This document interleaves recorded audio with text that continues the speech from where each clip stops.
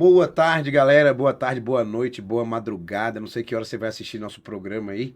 Estamos com mais um programa aqui do Cultura Quase Inútil. Só para lembrar, gente, que o Pod Pro se transformou no Cultura Quase Inútil, né? Nessa revista digital, junto com o nosso podcast. Hoje é um dos nossos podcasts, um dos podcasts esperados aí que nós estávamos esperando ansiosamente, né? E o Joãozinho tá aqui comigo, né, Tudo João? bom, gente? O João saiu como anjo e veio pra cá pra mesa, que nós estamos desfalcados, né? Tá todo mundo Cortaram doente minhas nesse asas. negócio. E nós queremos agradecer aos nossos patrocinadores, né? A Bike Hotel Serra do Japi. Se você quer andar de bicicleta, conhecer a cidade de Jundiaí, a Serra, a Cachoeira, vai lá que vai ter toda a estrutura para vocês de alimentação, tomar conta da sua bike e traz a família, que é um lugar muito aconchegante lá para você dar uma volta de bicicleta e conhecer a cidade de Jundiaí. E ainda no meu amigo Fernando Pedroso lá, nós temos a Céltica. Quer manter a forma, ficar fortinho igual o João, assim, ó, malhadinho. Vai lá, um projeto verão, inverno, primavera, outono. Fala lá com o Fernando, fala que viu aqui no Cultura, que você vai ter um desconto legal lá. E nós temos também o nosso. A Car Shop. Isso, Caso você queira comprar um carro novo, um seminovo, fala lá com o Renan, vender seu carro também. Fala com ele que ele vai arranjar um carro bem maneiro pra você lá. isso. Vai lá e diz que viu aqui que tem desconto. Com certeza. Boa! Hoje nós vamos falar de um assunto bem interessante que está em pauta. Não é da Bebê Reborn. Não. Amém. Mas nós temos um episódio falando do Bebê Reborn. Vai lá, Temos. entra lá e acha o nosso Esse surto programa lá. coletivo ainda existe. Isso, né? O povo tá vazio de alma, mas tudo bem. Nós vamos falar sobre inteligência artificial. É um assunto que está muito em pauta, um assunto que está tomando conta do nosso dia a dia, das nossas escolas, do trabalho. Né? E nós temos duas especialistas para falar aqui sobre isso, duas pessoas de peso, né, João? Hoje temos só Espetacular, né? gente assim de alto nível. Isso. Nós estamos com a doutora Márcia Azevedo aqui com a gente, da USP. Seja muito bem-vinda, doutora. Muito obrigada, é um prazer estar aqui com vocês agora no Cultura Quase Inútil, né? Isso, esse quase faz toda a diferença. Esse quase faz toda a diferença.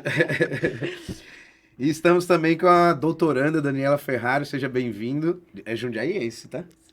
Muito Aqui. obrigada. Muito feliz de estar aqui com o pessoal de Jundiaí, jundiaense super nata. Isso, né? Jundiaiense. Eu adotei Jundiaí, eu tô aqui há 13 anos de Jundiaí, sou carioca. Mas é uma cidade muito boa para se viver. Eu toda vez elogio Jundiaí, né? Eu tenho que ganhar alguma coisa da prefeitura Cadê de Jundiaí pra aqui. patrocinar a gente? Isso, fico falando da Serra, da Cachoeira, né? Todo Eu tô aqui momento. só de passagem, eu não sou da cidade, então nem vou falar nada. Você é da grande Jundiaí, né? Jundiaí, Grande Jundiaí, dos agregados ali. Isso. Gente, nós vamos falar hoje sobre inteligência artificial e, mais precisamente, inteligência artificial na educação, né? Como começou essa ideia, esse projeto de estudar sobre a inteligência artificial, se aprofundar nisso, se isso é novo, como chegou esse estudo? Bom, pra gente, né? Para vocês, sim. Nós desenvolvemos pesquisa sobre esse tema há 2 anos e meio, mais ou menos. É bem recente, né? E eu já fazia pesquisas na Cátedra de Educação Básica Alfredo Bozzi, lá da USP. E nós recebemos aí eu li, na verdade, um edital de abertura para uma formação de grupos na Cátedra Oscar Sala, que é também lá da universidade, para pensar o tema inteligência artificial. E como minha área é educação e eu já desenvolvia pesquisa sobre isso, e nós estávamos vendo aí uma aceleração, né, do sistema de plataformização no trabalho do professor, já alguns estudantes já fazendo uso dos LLMs. Então, mas institucionalmente, isso ainda, até hoje, né, institucionalmente, isso ainda não tem um caminho uniforme para se pensar dessa forma e nenhuma regulação. Então, eu, na época, achei que seria bem interessante começar a pensar seriamente sobre isso e ver, na verdade, a pesquisa era para avaliar como que os professores e como as escolas e até mesmo como o governo estava pensando na educação básica, Tá. inicialmente, né? E esse processo que parecia que vinha de fora para dentro, mas como isso que estava se estruturando dentro das escolas e no trabalho com os professores. Então, a gente começou a pensar isso dentro da Cátedra Oscar Sala. Tá. E aí, Dani vai contar um pouquinho como foi o processo dela, depois a gente junta os dois para falar, a partir daí, como é que a gente foi desenvolvendo Legal, esse grupo. legal. Bom, eu comecei a pensar, eu estava no meio da pandemia, fazendo mestrado online, com uma criança na época tinha 7, 8 anos, Com aula online. com aula online do meu lado, Nossa. sendo alfabetizada, e eu lá tentando fazer... Os dois estudando ao mesmo E tempo. não, e eu ainda tinha um filho pequeno, menor, bebê, junto. Então eu tava louca. E aí eu comecei, eu já estava pesquisando, eu sou da área de comunicação, eu sou da área de pesquisa, eu vim da comunicação de marketing digital, de comunicação digital, e eu estava fazendo mestrado Legal. em comunicação e semiótica na PUC, que é minha área. Tava naquela busca por um objeto, eu comecei a pensar, bom, o meu filho, na época com 6, 7 anos, estava fazendo aula na plataforma do Google for Education. Aham. Ah, sim. E aí, nesse momento, o menino já tinha um e-mail, Sim. ele acessava, ele passava a tarde né, na aula, na plataforma do Google, e eu comecei a ver que ali dentro ele tinha conexão também com o YouTube, Sim. o material dele ficava ali dentro, ou seja, produção de conhecimento, né, de toda a turma, tudo que a professora estava ensinando de alfabetização ali para aquela turma estava acontecendo ali dentro de uma plataforma Sim. do Google, que não é brasileira. E, assim, por que a escola escolheu aquilo? Porque, né, a gente estava no meio da pandemia do nada, uma semana vai fechar 15 dias, daí Nossa. começou a vir folha, daí de repente veio a plataforma, a gente tinha e-mail, a gente, né, começou a usar aquilo. E aí eu comecei né, isso me chamou muita atenção. Eu já estava meio adiantada na minha pesquisa, na época eu falei, para tudo que eu vou pesquisar isso. Então eu comecei a olhar para o tema plataformização. Aham. E aí, assim, isso foi se intensificando quando eu comecei a olhar o que já tinha sido feito. Para onde a gente vai? Para onde estão indo todos esses dados? Porque não era só do meu filho, ali era uma epidemia de plataformas, Sim, sim. de universidades, de todo o conhecimento, né? De universidade pública, de escola, de infantil, né, de ensino básico, enfim, das universidades estavam ali dentro. De trabalhos De que trabalho, passaram né? E a assim, ser tem- home office. O mundo inteiro. O que tem de informação ali numa aula? Quanto tempo a criança demora para aprender? O que é isso, no final das contas? São dados que estavam sendo gerados.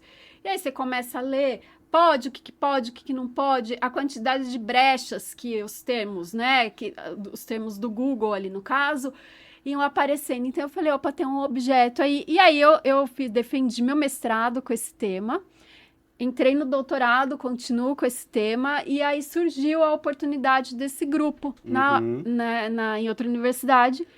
E eu falei, bom, vamos embora, porque esses dados estão indo para a inteligência artificial. E aí a gente se encontrou, a gente se conectou, né, tem mais algumas pessoas que fazem parte desse grupo, e a gente tem trabalhado já, né, 2 anos e tanto aí junto.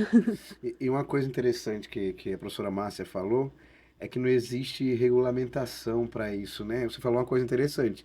As plataformas surgiram e nós, professores, Só tem uma plataforma. Use. Isso, É, vai, né? é. E ainda mais que eu tenho 44 anos, não sou tão adepto. Até a inteligência artificial eu tô adorando, assim, eu tô estudando muito com a inteligência artificial.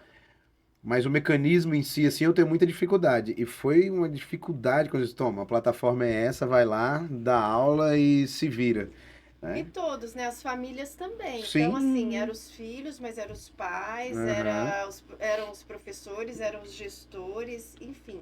A pandemia, de certa forma, ela acelerou Acelerou. bastante Sim. o processo. Só Sim. que a pandemia acabou e nada desacelerou, né? Continua cada vez mais acelerando. Então é sobre isso que hoje a gente tem falado, né? E agora? A pandemia já passou, mas as plataformas ficaram e se intensificaram. E essa coisa de que ficou, né, inteligência artificial, ficaram as plataformas, e como a gente vai agir ou está agindo, né, Exato. João? Porque a gente na E escola... qual que é a preparação que a gente tem para isso, que ainda é zero, né? Se você for ver... Isso. Por isso a importância do trabalho, né? Sim. Por isso a importância do trabalho. Da gente compreender como os professores devem ou precisam, né? E aí você vem a sociedade dizendo, porque desaprende com a inteligência artificial, não aprende mais, porque não quer ler mais. Hoje eu estava ouvindo o Pondé falando sobre isso, e o Pondé falando justamente, nós precisamos do livro porque o livro, ele acompanha a nossa evolução cerebral, ou seja, a inteligência artificial é mais rápido que a gente, e a gente vai ficando para trás. Então são essas coisas que o trabalho de vocês... Mas é engraçado porque quando o livro foi lançado, eles também condenaram o livro, né? Eu acho que a professora Márcia fala isso, né? Assim, o livro ele foi alvo de muitos ataques, porque realmente ia perder o processo de memorização, como de fato acontece. Então, assim, são perdas e ganhos. Então, sim, a gente não precisa mais decorar, né? A gente não precisa mais decorar o conteúdo, mas a gente tem um recurso, que a gente até fala que é uma tecnologia que pode ser uma mente estendida, faz parte da minha mente, o livro, o que eu arquivo. E, de certa forma, bom, a gente pode pensar que o livro, será que ele acompanha a mente?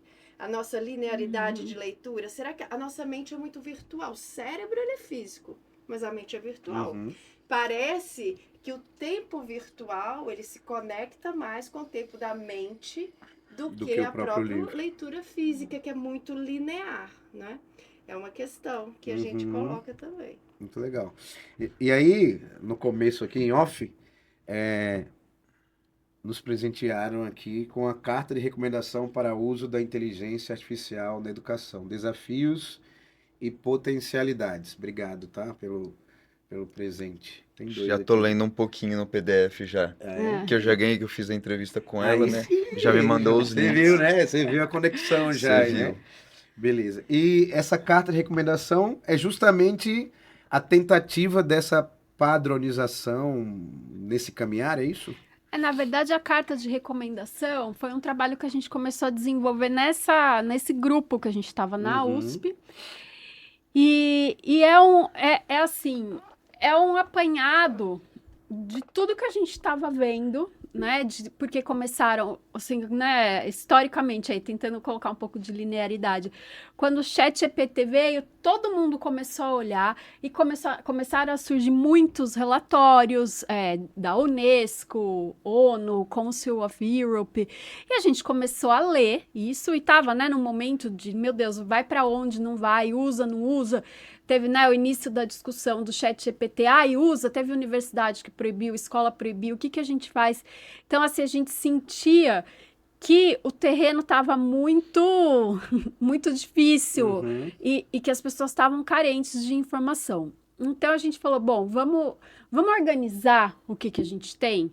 Então, esse livro é um primeiro capítulo do nosso trabalho. Então, a partir desses relatórios, a partir desse tempo, do que já estava sendo escrito, do que a gente estava vendo, do que fazia relevância, e aí pensando também no contexto brasileiro, que não é o mesmo da Finlândia, que não é o mesmo da Europa e dos Estados Unidos, como a gente vai pensar os principais desafios que a inteligência artificial, essa coleta de dados, a plataformização está trazendo, a dificuldade de formação de professor, né, de letramento digital, como a gente pensa isso, como a gente vê, e assim, não só critica, mas como que ela pode vir, como essas soluções, essas ferramentas podem vir, contribuir.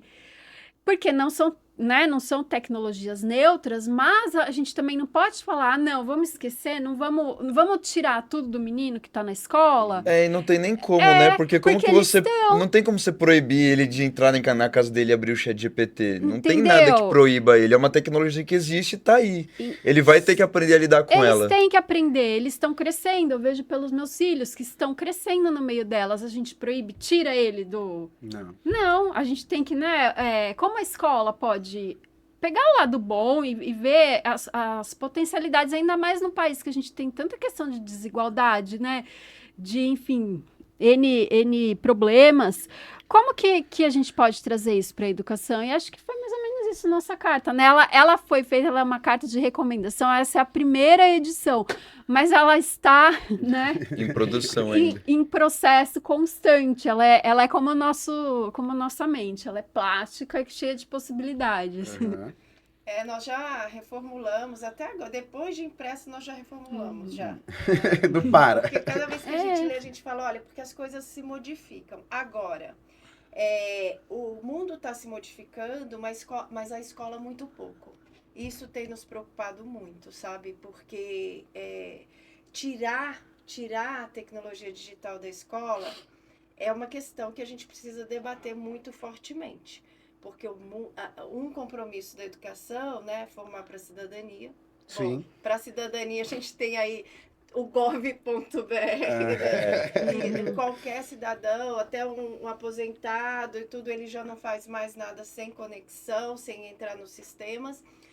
Formar para o mundo do trabalho, então a gente está pensando qual é o trabalho que esse menino e essa menina vai acessar depois e que não vai precisar desse letramento. Possivelmente não exista mais, né? E também formar plenamente essa pessoa. Então, essa pessoa precisa entender as potencialidades e também os desafios, né? As deepfakes e tudo que envolve aí essa questão midiática também, para que ele consiga atuar, né, bem e ter uma vida plena. Então, excluir, para a gente parece o pior caminho. Uhum. Mas a gente entende que...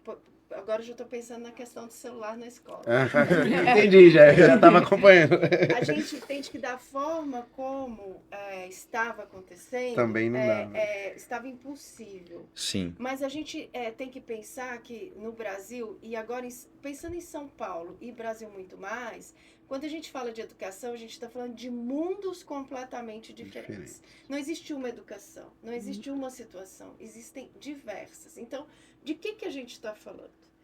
O primeiro desafio que a gente tem nessa carta é que a inteligência artificial, ela pode, e de fato pode mesmo, e isso já está acontecendo, ampliar e aprofundar muito as desigualdades, né? Então, quando a gente tira a possibilidade de letrar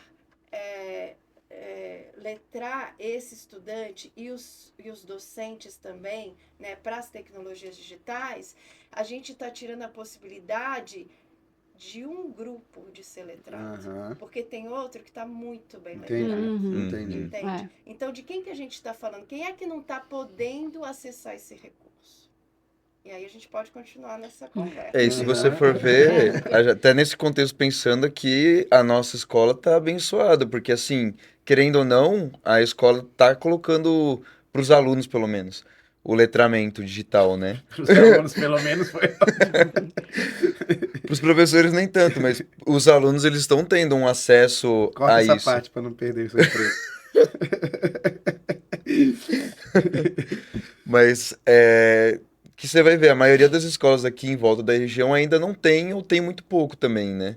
E se você for colocar em outros estados, se bobear, nem computador na escola tem, né? Nem para os professores. Mas aí vai confirmar o que a professora Márcia falou, né? Esse distanciamento, esse aumento do abismo, aqueles que têm acesso e aqueles que não têm. E aí o pior, aqueles que têm a possibilidade, está sendo tolhida. Está sendo tirada a porque possibilidade. Você tem a possibilidade, você tem a condição financeira, você tem a estrutura, mas de alguma forma a lei está dizendo assim, não, você não pode mais. Então, mas aí quem está sendo tolhido, né? Não pode usar celular, mas, por exemplo, numa escola como a de vocês, tá, não tem celular, mas as crianças estão trabalhando no tablet. Tem. Então, tem sala, a sala do João. As salas, as escolas de ponta, a gente pode pegar aqui na região de Jundiaí, você vai nas escolas de ponta daqui, elas estão trabalhando super bem o letramento. Ok, super bem, mas dentro de um cenário, a gente pode... se pode... as crianças não estão... Para os meus filhos, por exemplo, que eu tenho a sorte deles estarem numa escola legal...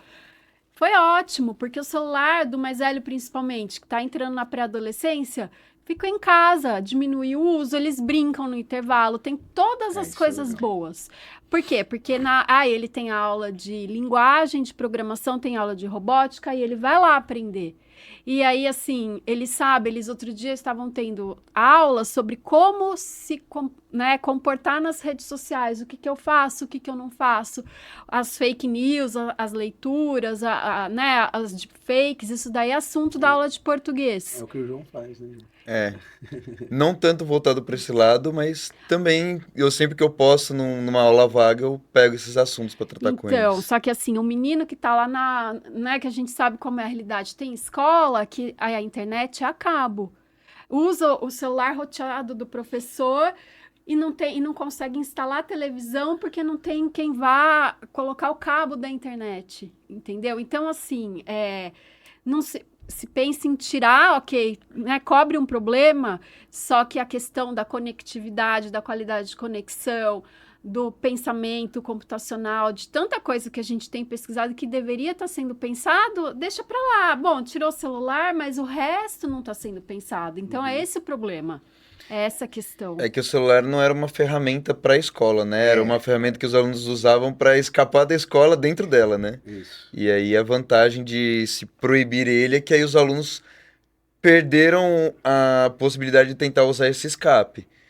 Mas E ao mesmo tempo a possibilidade de esse letramento... de a gente utilizar o celular como uma ferramenta para ele aprender, exato. Mas olha só, mesmo com o celular, né? Quando a gente fala sim, não, sempre tem as exceções, tem professores trabalhando, tem ótimos projetos, né? Então a gente generaliza, mas sabe que não é uma realidade geral, né? Mas mesmo quando o celular estava disponível, poucas iniciativas era de uso pedagógico do celular. Então era de uso recreativo mesmo, e isso influenciava negativamente, a gente entende isso absolutamente. Então, assim, eu não acredito que alguém seja, de pronto, contra deixar o celular do estudante fora da escola. Então, a gente deu um primeiro passo, mas a história não acabou. É sobre isso que a gente está falando. Né? A gente está falando que, ok, mas o que vai promover esse letramento que não pode simplesmente não existir? Vamos voltar agora para o físico e a aula vai ser assim, né? Sim, essa aula existe, deve continuar existindo, mas quem é que vai poder potencializar, ensinar a usar esse recurso que ele sai da escola e usa e não sabe o que ele está usando? Então, por exemplo, a Dora Kaufmann, né, ela usa um exemplo muito interessante sobre a nossa capacidade de entender a inteligência artificial. Ela fala assim, bom, ninguém precisa saber como se monta um carro, tá? Ninguém precisa saber montar um carro necessariamente, mas todos nós, né, que utilizamos, precisamos saber como o carro funciona.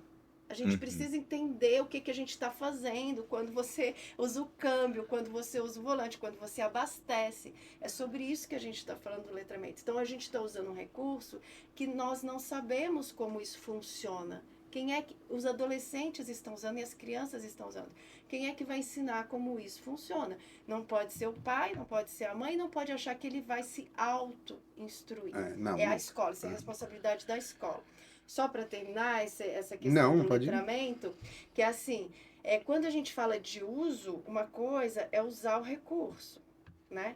E a outra coisa é conhecer esse funcionamento. Então, quando a gente fala em letramento, a gente está falando em conhecer. Sim. Como é que isso funciona, quem é que vai fazer exercício, quem é que vai orientar, né? Como que eu consigo a melhor resposta mesmo quando eu quero, quem é que vai me orientar a fazer checagem de informação, quem é que vai me orientar a saber quando eu tenho dados, né, nitidamente, o que nem é tão nítido mais assim, manipulado, mas quem é que vai me orientar também a saber que um algoritmo sabe muito mais de mim do que eu mesma sei? Então, essas questões, elas têm que ser trazidas para dentro da escola. Agora, ok, todo mundo, acho que ninguém discorda sobre isso. Com certeza. Aí eu vou passar a bola de novo, é o seguinte, como que isso vai acontecer? Quando? Como é que os professores vão conseguir fazer isso, promover essa aula? Como que os alunos vão utilizar? Porque não pode ser eu passar esses tópicos na lousa como informação, entendeu? Funciona assim. Eles então... têm que mexer para que eles ser possam... prática, né? Entende? Então... E assim, a pesquisa e o estudo de vocês também passa por essa necessidade de qualificação do professor? Porque eu fico muito angustiado, ainda mais que eu já estou mais em fim de carreira do que... porque os desafios vão chegando, né?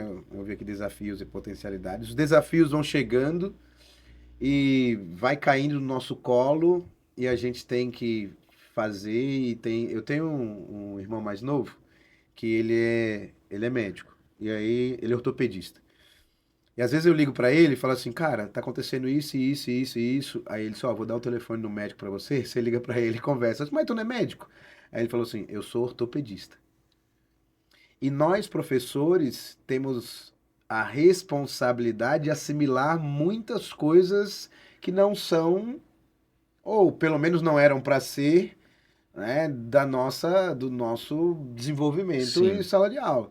E você tem que ser psicólogo, você tem que ser terapeuta, você tem que ser pai, você tem que ser mãe, você tem que ser muita coisa. E agora a gente tem mais que entender da inteligência artificial para... Então, assim, na pesquisa de vocês, qual é a ideia e qual a importância desse professor, como ele tem que ser qualificado, e a escola tem que ser essa consciência, né, dizer assim, eu tenho que qualificar os meus professores. Não adianta dizer assim, existe, debatam com os alunos, claro, no nosso ofício a gente estuda, né? Mas não é o ideal a gente também não pode ser uma palestra de um dia e... aí vem aquele certificadozinho de 20 horas de, né, curso, né? Boa, João, por uma palestra de 2 horas que você assistiu, não mexeu em nada, só visualizou. Então, como seria, né, essa qualificação dos profissionais, professores que estão na escola? E da escola, dos profissionais dentro da escola, fora dos professores também, né? Sim. Quer comentar, né? Pode ir. Isso é importante porque, assim, existem, por exemplo, treinamentos. Então, o que são os treinamentos? Treinamento é uma empresa que tem uma plataforma e vende uma solução e ela vai lá e treina o professor para utilizar, né, aquela plataforma ou o sistema que ela está ali vendendo para a escola. Isso é treinamento. É importante? Sim. Você vai aprender ali a usar. Mas isso não é o letramento que a gente está fazendo. Como isso funciona? Então, o como isso funciona, o letramento é formação, não é treinamento. E dificilmente uma empresa vai se preocupar com a formação docente. Então, quem tem que se preocupar com a formação docente é o Estado, né? É a instituição, se for privada, e é o próprio profissional.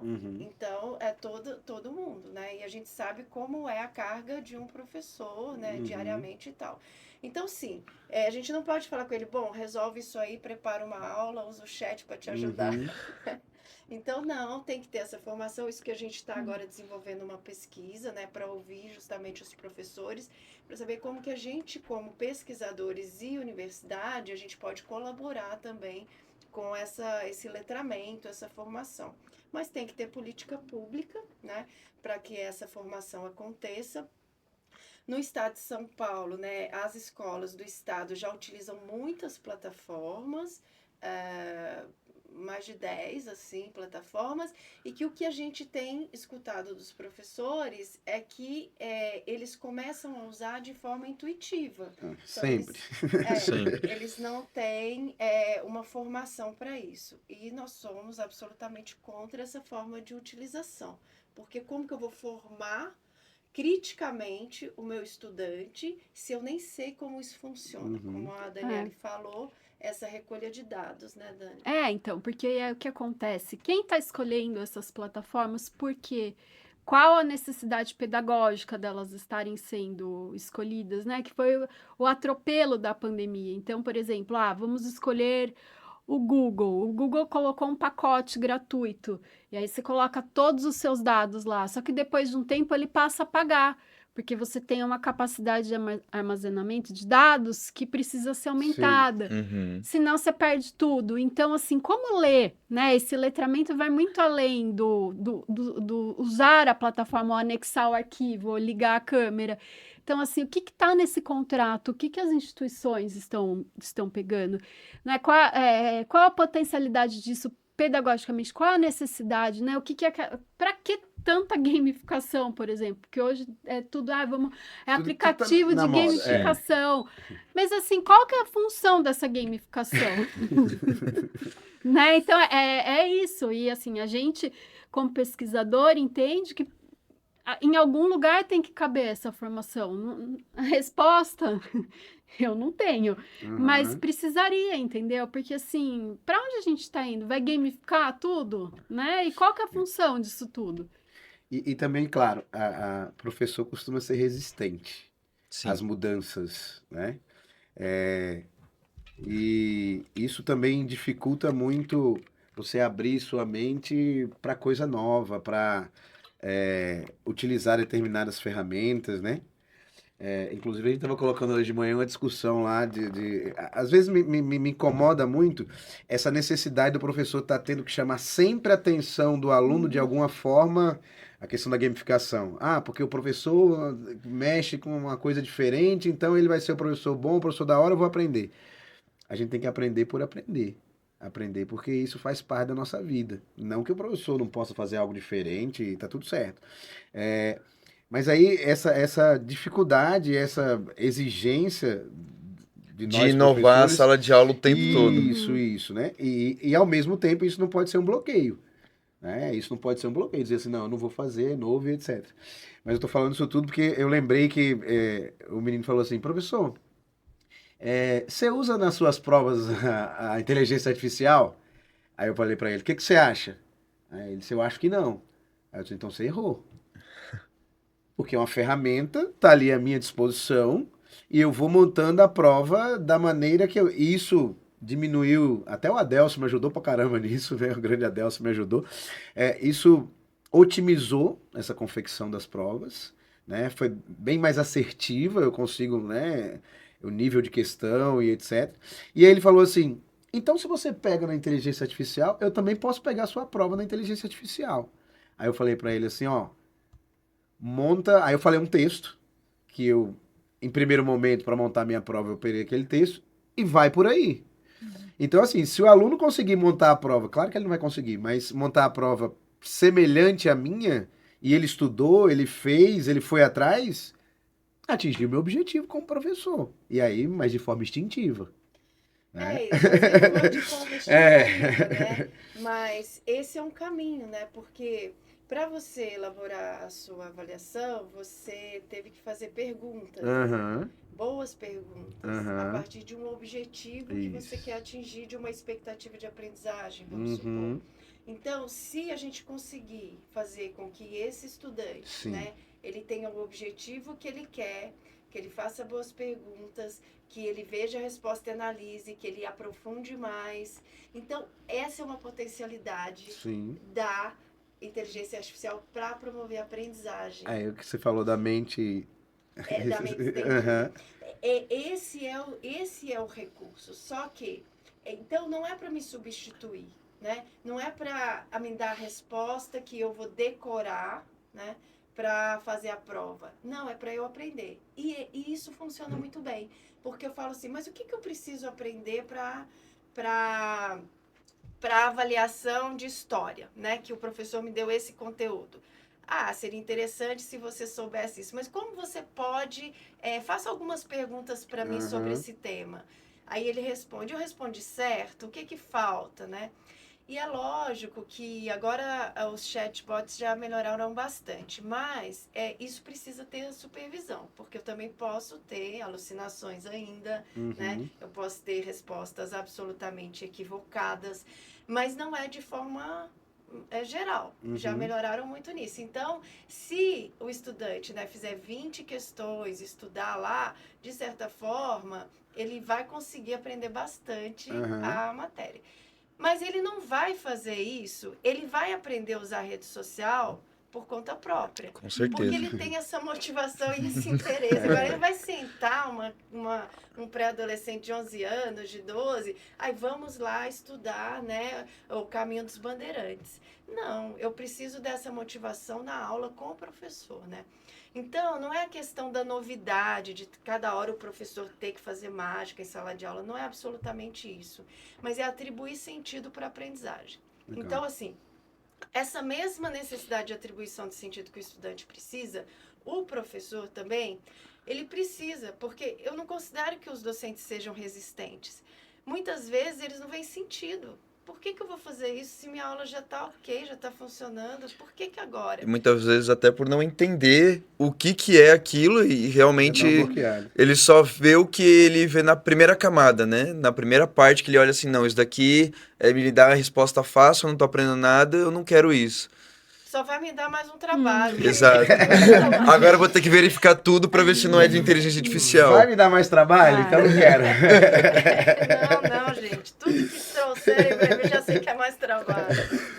Então, um pouco isso. Mas quando a gente começa a conversar e aí as pessoas percebem a atribuição de sentido, a gente não encontra resistência. A gente encontra dificuldades, né, da cultura digital, de alguém que nunca utilizou.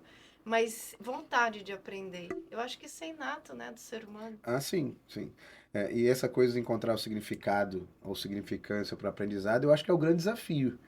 Né? Independente da inteligência artificial. Agora está na moda deles colocarem isso. Vai servir para quê? Né? Vai servir para quê? Hoje os alunos têm esse imediatismo, assim, de tipo, para que eu vou usar isso daqui? Por que eu vou precisar aprender isso se eu não vou usar? Isso. E infelizmente existe um reforço disso na internet. Na internet, né? dos influenciadores. Isso, os influenciadores. Às vezes até dentro de casa, né? Isso existe, mas você sabe que, assim, claro que todo conhecimento e qualquer cultura, né, não é inútil. Quase, né? Quase. Sempre vai ampliar repertório, sempre vai me fazer um ser humano com um olhar mais descoberto, né, de eu tirar o que está encoberto para enxergar, porque o mundo é o tamanho do que eu vejo. Então, quanto mais eu vejo, maior é o meu mundo. Mas o caso é o seguinte, para eu ter essa ampliação, primeiro eu preciso resolver o meu arroz com feijão, sabe?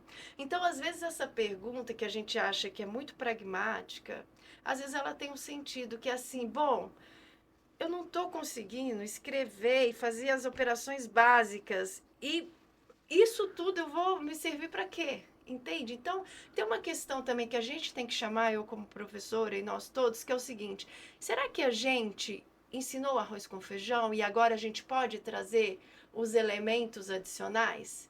Será que a gente fez bem, né? Eu estou falando professor, mas estou falando instituição. Sim, né? Não é um trabalho na nossa educação mesmo. Então, assim, às vezes a gente traz elementos acessórios, sendo que o essencial não está garantido. E por isso essa pergunta fala, mas por que eu vou ter que aprender isso? Não parece não me fazer sentido. Porque para eu dar esse passo a mais, eu preciso entender. Se eu não estou entendendo o porquê desse passo a mais, é porque esse a menos aqui está me faltando. A gente, como docente, né, o nosso currículo é muito extenso. Isso né? é verdadeiro. Nosso currículo é muito extenso. Então você fala assim, nossa, mas realmente, para que vai usar isso tudo? Todo o conhecimento. Então, assim, você não precisa usar de uma forma muito aplicada ali. Né? É conhecimento. Mas eu primeiro preciso dominar o que eu preciso aplicar para eu viver como cidadão, né? Como cidadão, porque tem uma questão, né, da educação. A educação, né, as disciplinas que nós ensinamos, matemática, língua portuguesa, geografia, inglês, elas não são a finalidade da educação. A finalidade é o que a gente falou no início, é eu atuar bem no mundo do trabalho, Sim. É eu ser plenamente desenvolvido como pessoa e é eu ter uma prática cidadã ok. Bom, então, essas disciplinas, elas são meio para eu conseguir atingir esse objetivo Sim. maior. Então, eu preciso aprender matemática porque sem entender, né, essa linguagem, que é mais do que linguagem, a matemática, obviamente, mas assim, eu não consigo exercer minha cidadania plenamente, eu não consigo atuar no mundo do trabalho e as outras disciplinas também. Sim. Então, quando você trouxe, por exemplo, nossa, agora o professor tem que saber tudo também, né? Ele tem que saber ser psicólogo, ser e tal. Na verdade, o professor não dá conta disso tudo. Mas ele também não pode achar que o objetivo dele é ensinar a disciplina, porque não é. O objetivo dele é formar plenamente uma pessoa. É formar para ele atuar no mundo do trabalho e ser um bom cidadão. Então, a disciplina dele não vai servir de nada, né? Praticamente agora, se a gente não atingir isso. E aí eu tenho um professor, né, lá na cátedra, que é o professor Lima, que ele sugeriu agora, até ele fez um minicurso bem interessante, depois eu vou mandar para vocês, que ele sugeriu inserir as ODSs depois das competências e unidades do conhecimento da BNCC. Então, por exemplo, o estudante precisa saber, né, interpretar, né, os textos, né, de diferentes modalidades, verbais, não verbais, né, precisa saber interpretar. Para quê? Aí vem a pergunta do aluno, mas vem a pergunta também do professor Lima. Para quê? Então, eu posso saber interpretar, fazer isso tudo para produzir uma deepfake. A educação foi eficiente para isso? Interpretar profundamente para produzir deepfake. E o valor? Então, eu preciso saber ler e interpretar profundamente para contribuir para o bem-estar social, que é está na nossa Constituição, uma sociedade igualitária, justa e democrática. E aí entraria, no caso, as ODS para trazer isso.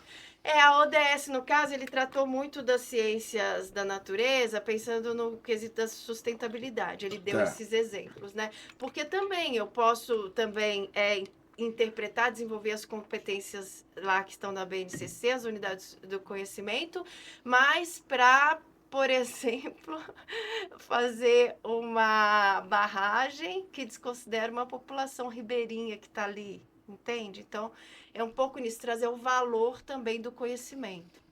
E você acredita que toda a minha apostila, todos os exercícios, todas as atividades são com base no ODS? Todas. Não tem uma atividade lá que não menciona o ODS e alguma, e por que a gente está fazendo isso. Então, já gostei, já. Acho que você tá ganhando dinheiro da escola que você tá trabalhando. Toda hora ele tá falando que é legal. A gente não falou o nome da escola, né? Mas a galera sabe, né? Mas eu nem sei porque que a gente tá falando disso agora. Eu também não sei. Pra que serve? Pra que serve? Pra responder o pra que eu vou utilizar isso, pra que serve. É que não é sem sentido, então, os estudantes perguntarem pra que serve, entende? Não é sem sentido. Mas será que, assim, quando ele fala pra que serve, será que ele tem essa consciência de que ele não sabe o básico ou porque nada serve pra eles, ou nada tem significado pra eles? Porque, assim, eu tenho 22 anos de sala de aula, então, assim, dá pra gente falar que eu peguei 2 gerações, né, de sala de aula, assim, então, a gente consegue perceber que não é que o básico, eu devo saber o básico para depois eu pular pro que é mais profundo. Quando ele diz assim, para que serve? É porque nada me serve porque eu tenho tudo. Nada me serve porque isso aqui me responde tudo. Nada me serve porque as coisas acontecem muito facilmente. Porque eu tenho as respostas muito facilmente. E talvez seja esse o meu incômodo. De nada servir e tudo está muito em suas mãos para você ir lá. Quando a gente fala, eu tenho que pegar um livro, ler e entender aqui o que vocês quiserem dizer com a carta de recomendação. Aí eu jogo lá no Google e digo assim, fala um pouco aí do que a doutora Cláudia Helena, ou mestra Cláudia Helena falou sobre... Aí aparece lá, pronto, eu já sei tudo sobre isso. Então eu já não preciso mais ler isso aqui, porque eu já acho que sei. A minha preocupação é essa, dele não querer saber sobre aquilo porque ele acha que sabe, né? E eu montei até uma frase, falei semana retrasada isso aqui, né? Acho que você comentou. Quando eles perguntam para mim sobre, professor, para que vai ser, para minha matéria, eu acho que é até mais simples. Para que vai servir isso? Eu disse, não vai servir para nada. Porque você é o ator e transforma tudo que você está vivendo. Porque a geografia é tudo. Você pega ônibus, você anda de carro, Seu pai compra, você mora numa casa, você vai e vem todo dia, você mora numa cidade vizinha, você conhece São Paulo, você então tudo tá a geografia. Então você é ator dessa geografia. Então, para mim, talvez mostrar esse significado, essa significância faz mais sentido. Quando eu vou falar de globalização, eu digo assim, pega aí o celular. Eu vou mandar uma mensagem pro meu amigo Vitor Jones lá nos Estados Unidos. E aí, meu amigo, responde aí pra galera aqui, fala em inglês. E aí ele tá do outro lado do planeta. Então, a aula de globalização já começou aqui. Né? Então, talvez fique mais fácil para determinadas disciplinas, que seja mais difícil, talvez, para história. Física. Né? Química. Então, a própria matemática, o cara diz assim, esses dias até minha esposa colocou lá, mas estavam perguntando para que vai servir delta, para que vai servir. Aí eu, como talvez um bom professor, né, querendo defender, disse assim, cara, a gente tá debaixo de um restaurante que tem um monte de pilares ali, tem umas construções aqui. Se não fosse nada disso, a gente não estaria embaixo. Mas eu não sou engenheiro. Eu disse, cara, você está pensando como aluno. Aí complicou minha vida. Tem uma coisa como mãe que eu escuto. Boa. Pra quê? Pra quê? Né? Porque eu tenho um filho de... Que eu quero que você... Cala a boca. Isso. Tá no currículo, tem que aprender. Isso. Tá no currículo, porque eu pago a escola, porque... Vai pedir na prova da USP lá, você tá ferrado. Então, mas é uma coisa que eu penso como mãe, que meu filho me questiona muito. Porque para ele, por exemplo, para mim também, que sou uma pessoa de humanas, esse conhecimento de matemática, se você vai ser engenheiro, a física, a química... Mas tem umas coisas que eu questiono da educação. Será que a gente não é muito voltado para o vestibular? E aí, sei lá, a gente vai numa outra questão. Porque precisa passar no vestibular. Concordo Mas totalmente. assim, a vida é só passar no vestibular. Ok, é importante. Ninguém tá deixando a questão de estudo, de trabalho de lado. Mas a gente está formando as pessoas como boas pessoas, como pessoas para atuar em sociedade, que vai fazer a barreira. Ou ser só o conteúdo jogado no aluno. Tipo, para que tudo isso? Eu tenho me questionado muito como mãe, pelas questões que eu ouço e pelo que eu estudo. Tipo, para que tudo isso? Né? Que a gente vai? Porque a gente destruiu o planeta, e aí? Acho que serviu. E aí tem uma coisa bem interessante da sua fala, incrível, tem que saber o que a escola está se propondo a fazer e o que os pais estão querendo comprar da escola. Porque essa sua visão como mãe, que é interessante, de repente o pai que colocou lá, ele não quer saber se vai formar o cidadão, ele quer saber se ele vai entrar na USP no final. Na faculdade, E se eu vender para esse pai dizer assim, ele não entrou na USP, ele vai fazer faculdade na Zé da Esquina ali, tá tudo certo, 100% online. Mas é isso que o pai espera, aí a gente tem que saber qual é o caminho que a educação quer seguir, deve seguir, o que a gente está comprando, no caso das instituições privadas, que a gente está comprando da escola. Né? Para a gente não ficar nesse meio, senão a gente fica no meio do caminho, né? Eu vou dar só um exemplo do que para que serve, né? Eu fui morar nos Estados Unidos, aí eu cheguei lá, e aí fui trabalhar. Fui estudar, trabalhar, e cheguei lá, e a gente foi... O trabalho que me apareceu foi colocar piso de mármore. E aí, cara, ganha bem na construção. Tinha um amigo meu que trabalhava no banco, eu ia ganhar o dobro dele, trabalhava no banco, de gravata. Então eu vou pra construção. Aí fui e tal, não sei o quê. E a gente chegou numa casa gigante, assim, e o cara começou a calcular quantos pisos ia caber naquele lugar. E eu fiquei em pé, assim, mas eu fiz automático. Eu nem fiz pensando naquilo, assim, né? Eu fui fazendo aqui, né? Tem tanto por tanto, cada piso tem tanto, eu multipliquei e fiz de cabeça mais ou menos assim. Aí eu falei assim, cara, vai dar tantos pisos.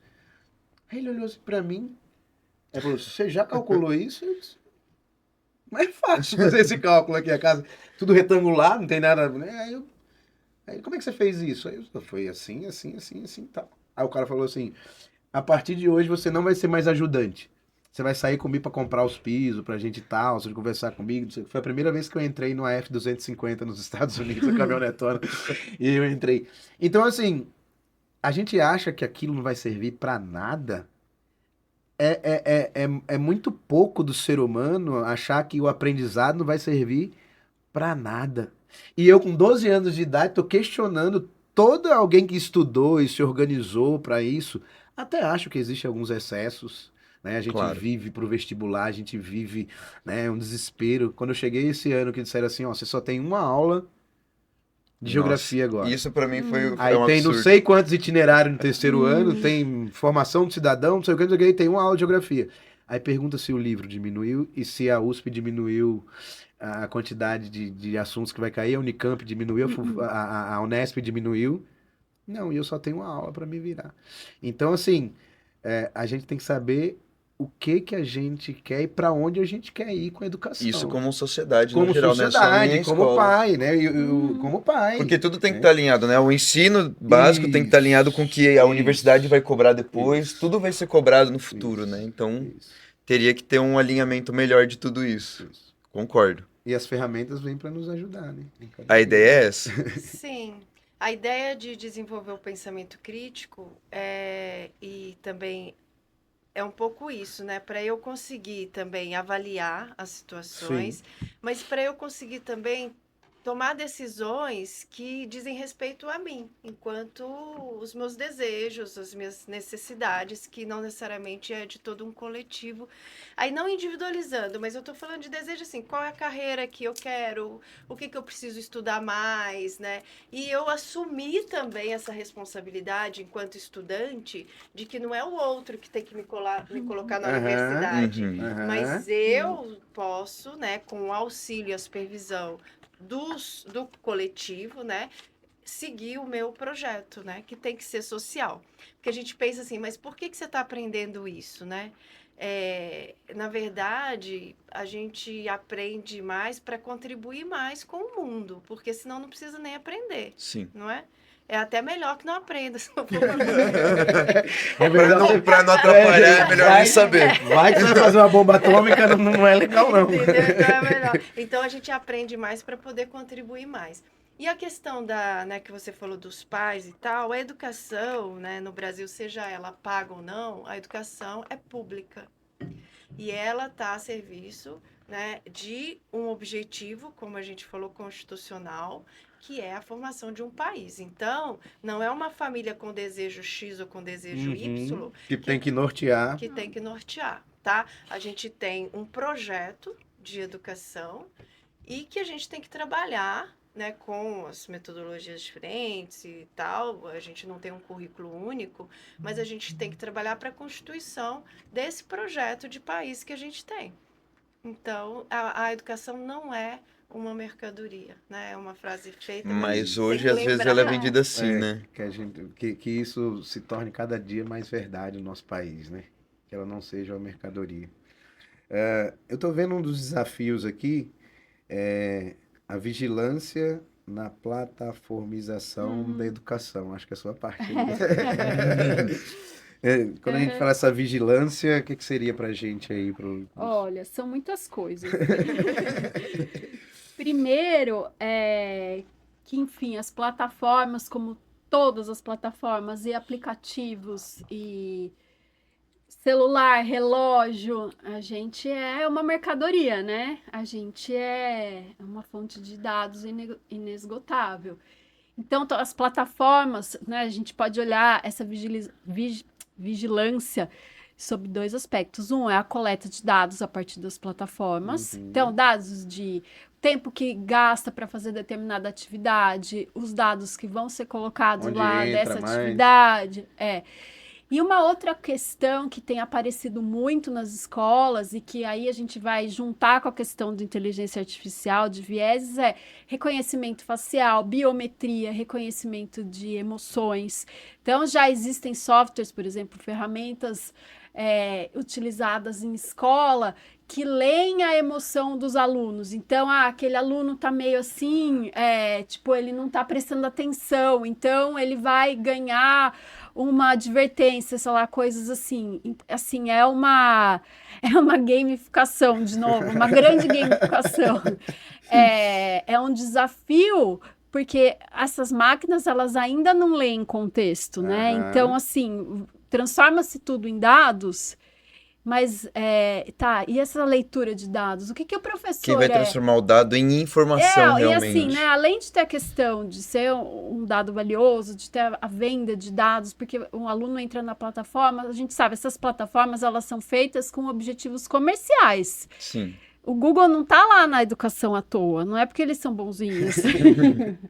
Porque eles têm, né, um objetivo, quanto mais dado, mais eles sabem sobre nós e mais podem oferecer produtos, ideologias, enfim. Mas o professor, qual que é a função do professor? Ser um administrador de painel? Então, assim, o que ele está fazendo lá na sala de aula? Ele vai mediar só essa coleta? Então esse aluno aqui ele cumpriu, fez tudo, então tempo tal, então ele tá beleza. Esse aqui fez, não, esse não fez, então a gente descarta. Aí o desempenho. Essa semana em São Paulo, na cidade de São Paulo, alguns diretores foram demitidos das escolas porque estavam com baixo desempenho. Assim, por quê? Baseado em quê? Né? Quando a gente vai entrando na questão da plataformização e vigilância, a gente vai indo por diversos caminhos. É isso a educação? É uma mercadoria baseada em números somente? Então, é esse o desafio, um desafio grande. Ainda mais quando a gente tem as empresas, as big techs no mercado, com toda essa intenção mercadológica. Entendi. E a gente pode ver que essa coisa de entender o desempenho do professor a partir de dados é muito superficial. Sim. Né? Porque uma coisa é o que ele está entregando em questão de números e outra coisa é o que ele está entregando de valor, que é uma coisa que é mais... Foi a professora Márcia falou. Exatamente. Não é uma coisa que você consegue pegar na sua mão e falar, mensurar, é isso daqui. Isso aqui valeu, isso aqui 5. Não, tem coisa que não dá, que não tem medição. Uhum. E é que nem, acho que até já falamos isso. Muitas vezes, uma coisinha que o professor fez hoje para X alunos ou X salas só vai realmente transbordar e se mostrar para o mundo anos depois. Então, como é que você mensura isso? Como é que você diz que o professor não é bom porque ele não atingiu X números, por exemplo? Uhum. E aqui tem um outro ponto que é bem interessante que eu tinha em mente, que é esse uso indiscriminado da tecnologia que a gente falou no início, né? Mas aí, quando a gente fala nesse uso indiscriminado da tecnologia, qual... Deixa eu formular uma pergunta aqui. O professor, como mediador disso, ele deve também entender essa quantidade de horas, a quantidade de tempo, ele deve quantificar isso? Não sei se eu me fiz entender. Sim, o que eu falo na escola, tudo na escola tem que partir de uma intencionalidade pedagógica, de aprendizagem. Então, fala assim, vamos fazer o Dia das Mães na escola. Bom, tudo bem, não é para a mãe ficar feliz, né? Eu tenho que pensar no estudante. O que eu estou trabalhando nesse estudante para poder fazer essa festa? Então, reconhecimento, é empatia, é valorização do outro. Então, são valores, né, que eu trabalho de forma intencional, não necessariamente explícita para uma criança de 2, 3 anos, mas o docente, ele tem que ter intencionalidade definida. O que ele está trabalhando, são valores. Quando a gente traz os recursos, e nós, veja bem, a gente está recomendando a utilização. Parece que não em tudo que a gente está falando aqui. Que fique claro. A gente está recomendando a utilização. Então, quando eu vou utilizar algum recurso, eu tenho que partir da aprendizagem. Que tipo de aprendizagem eu quero promover e por que esse recurso, que pode ser um livro, que pode ser uma música, que pode ser uma plataforma, vai contribuir para esse objetivo. Então, qualquer coisa utilizada indiscriminadamente na educação é um problema, né? E o recurso tecnológico não é diferente. Então, quando chega um recurso sem um letramento, o que pode acontecer é que eu acho que ele vai resolver todos os problemas do mundo. E aí os estudantes ficam todos na plataforma, como muitas vezes a gente tem ouvido que está acontecendo aqui no estado de São Paulo, né? No ensino médio. Ele fica lá tendo que, os tempos, né? E tendo que cumprir atividades para ficar lá no sistema um verdinho, né? No BI. E só que ele não tem atribuição de sentido, ele não sabe muito bem, ele copia do outro para poder estar ok, né, para atingir a meta. E o professor, por causa desse tempo também, que foi calculado, a gente não sabe, não tem a transparência desse cálculo, por que foi calculado dessa forma, o que eles falam para a gente é que, assim, ele não tem o tempo da aula, ele não tem o tempo da explicação da aula para os alunos. Ele só tem o tempo de, vamos, gente, não para, vamos lá, vamos fazer. É o tempo da plataforma. Então, isso é um uso indiscriminado. Por exemplo, um uso prático. Tem muitos outros. Mas pode também um professor, como vocês falaram, vou fazer uma aula divertida. O próprio professor planeja, sem intencionalidade, também é um uso indiscriminado. Sim. Para que isso? Sim.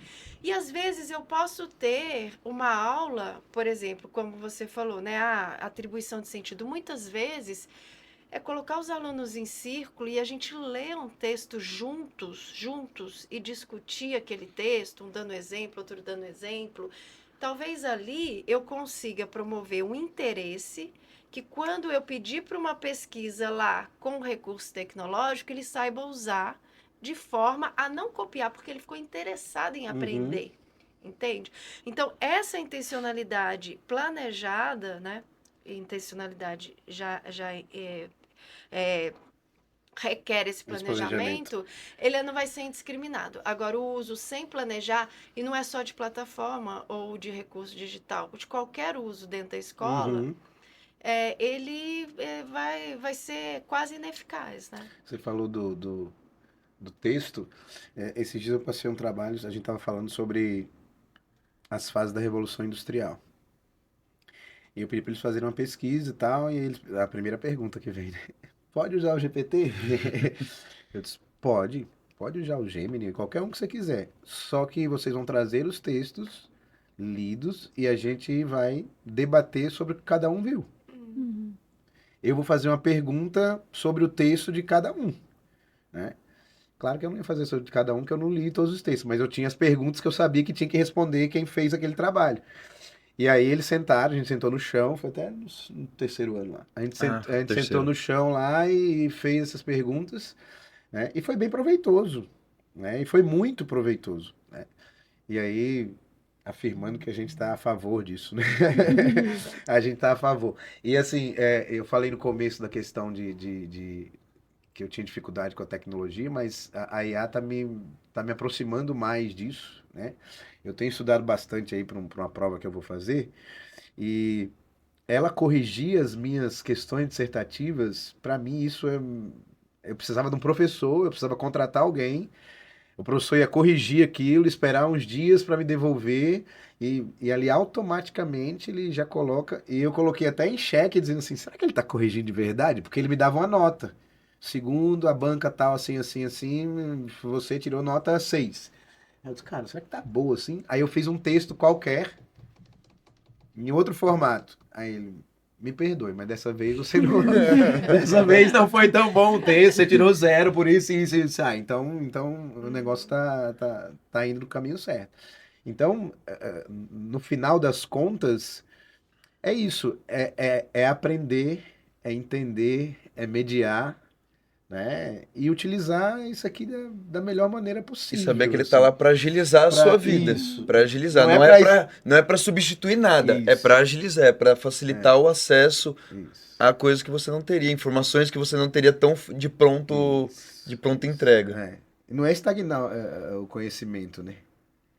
É você ampliar o conhecimento. Ampliar. Você tá com frio? Não, tô bonito. Eu tô morrendo de frio. Uma outra... toda vez é uma confusão com esse ar-condicionado aqui.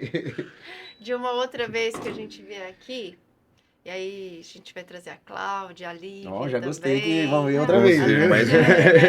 A gente vai falar um pouquinho sobre a nossa perspectiva de que a gente não entende, né, o recurso da inteligência artificial para a educação, né, como uma ferramenta, né? A gente pensa em um recurso colaborativo, até um agente colaborativo. Um agente colaborativo, o que reforça muito a ideia de pensar entre as pessoas também, desde a formação inicial delas, de que a gente precisa entender que nós somos agentes colaborativos entre as pessoas para um mundo melhor, e entre pessoas e máquinas também, e entre tecnologias e humanos. Então, é lógico que as tecnologias, elas não têm intencionalidade, absolutamente, mas elas modificam o nosso fazer. E ao modificar o nosso fazer, ela me faz diferente. Então, eu entendo que é um processo colaborativo. É uma conversa longa. Nossa. Dá um corte. É uma conversa longa que a gente pode colocar como um tema e que a gente tem muito gosto de falar sobre isso para a formação das pessoas. Muito legal. Bacana, já reagendaremos, então. Inteligência Artificial 2, a missão. Exato. Mas muito legal o nosso bate-papo. Nossa, eu gostei. Muito, muito, muito interessante, né? Esclarecedor, engrandecedor. Eu sabia que ia ser muito bom. É bom, é sempre bom, né? Mas é incrível como quando a gente fala dessas tecnologias, você fala um pouquinho hoje, você fala, nossa, mas faltou falar sobre um monte de coisa. Mas isso que é interessante. E aí dá pra ir fazendo vários episódios sobre tecnologia artificial agora. Eu queria abrir esse momento para você dar... O microfone está aberto para vocês falarem algo que vocês acham pertinente, alguma consideração. O momento é de vocês agora. Acho que a Dani pode falar do site. Vou falar, já que enfim, como eu sou da comunicação, eu vou falar. Quando a gente começou... Vou pegar a Dani para trabalhar com a gente, velho, ela da comunicação. Não cabe. E é de Jundiaí. Não, eu tô migrando para a educação.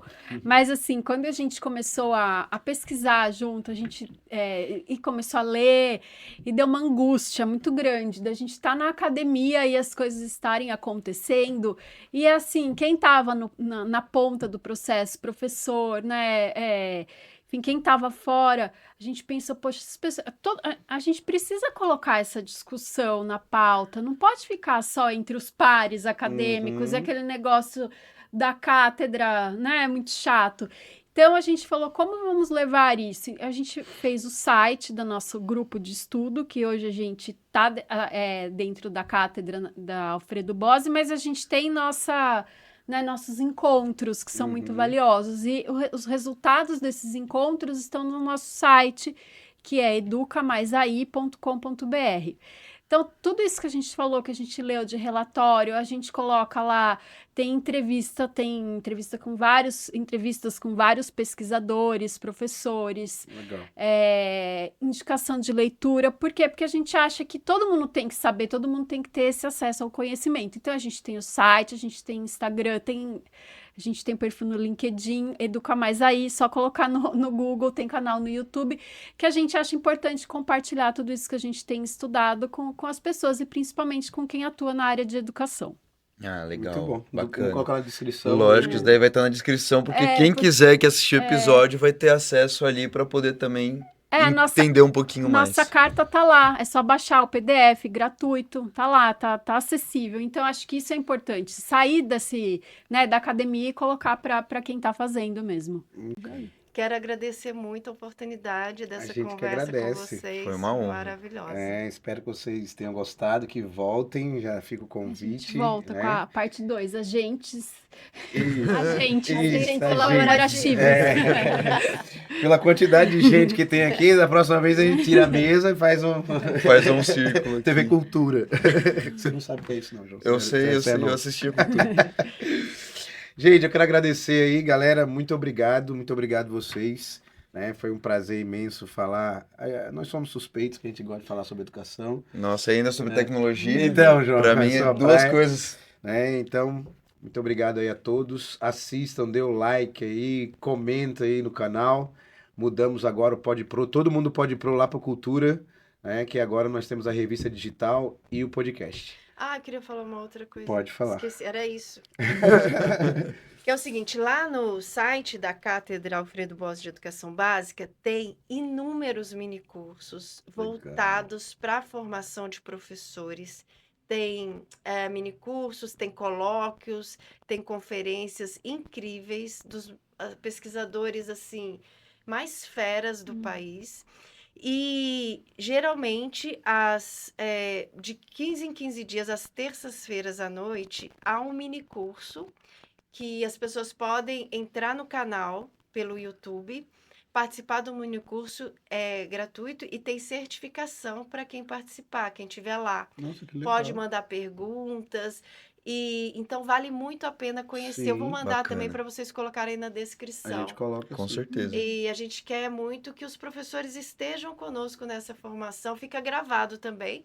Então, às vezes, a gente está lá lavando uma louça e está assistindo, né? Ou ouvindo um mini curso também. No percurso para o trabalho, em qualquer momento, dá para a pessoa ter um Exatamente, tá? acesso. Mas se tiver presente no dia, pode participar com perguntas e tem a certificação também. Legal. Legal. Passar para os professores das escolas. Vamos, das irmão. escolas, né? 455 escolas. Valeu, galera. Bike Hotel Serra do Japi, Academia Céltica. Car Shop. Obrigado pelo apoio, tamo junto e até a próxima. Valeu! Falou! Entregaram diploma sem uma direção.